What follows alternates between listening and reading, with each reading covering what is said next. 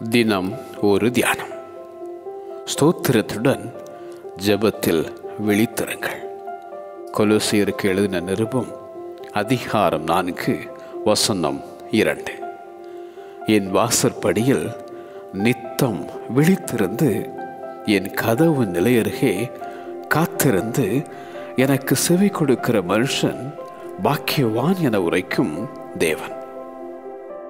மனுஷகுமாரன் வரும் நாளையாவது நாளிகையாவது நீங்கள் அறியாதிருக்கிறபடியால் விழித்திருங்கள் என்றார் இயேசு. எப்பொழுதும் ஜெபம் பண்ணி விழித்திருங்கள் என்றார் அவர். விழித்திருங்கள், விசுவாசத்தில் நிலைத்திருங்கள் என எழுதும் அந்த அப்போஸ்தலனாகிய பவுல். தெளிந்த புத்தியுள்ளவர்களாயிருங்கள், விழித்திருங்கள்.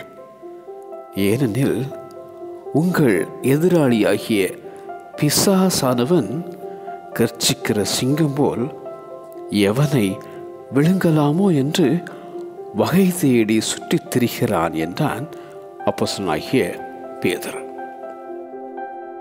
நீ விழித்து கொண்டு சாகிறதற்கு ஏதுவாயிருக்கிறவைகளை ஸ்திரப்படுத்து என உரைக்கும் பரிசுத்த ஆவியானவர். ஸ்தோத்திரத்துடன் ஜெபத்தில் விழித்திருங்கள். ஸ்தோத்திரத்துடன் ஜெபத்தில் விழித்திருங்கள். ஆமென்.